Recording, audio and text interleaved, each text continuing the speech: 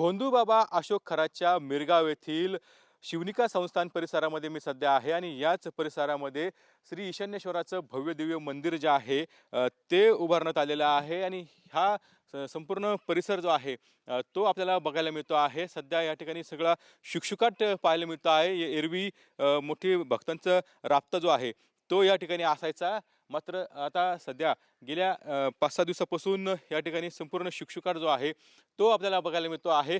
हेच ते मंदिर आहे ज्या ठिकाणी राज्यातील बडे नेते, मंत्री असतील किंवा राजकीय मंडळी असतील ह्या ठिकाणी दर्शनाला हजेरी लावून गेलेले आहे आणि हा खरात जो आहे तो देखील या ठिकाणी उपस्थित असायचा।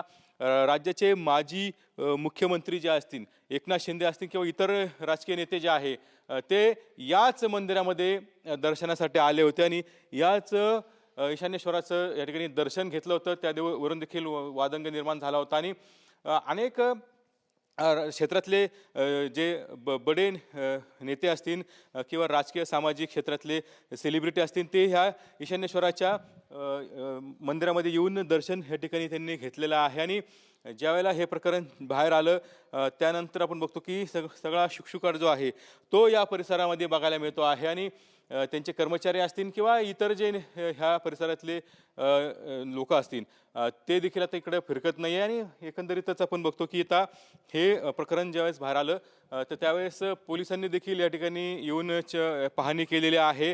अतिशय गुप्तता जी आहे ते पोलिसांकडून देखील पाळण्यात येत आहे आणि अनेक ह्या ठिकाणी अनेक वेळा जो खरात बाबा आहे येत होता, साधारणतः शनिवारी रविवारी तो या ठिकाणी असायचा असं जे आहे ते बोललं जातं आहे। मात्र आता आपण बघतो की मंदिर परिसर सगळा शुकशुकाट जो आहे तो पाहायला मिळतो आहे। कॅमेरामन अमित आडेसह कुणाल जायकर, TVN मराठी, मिरगाव, सिन्नर।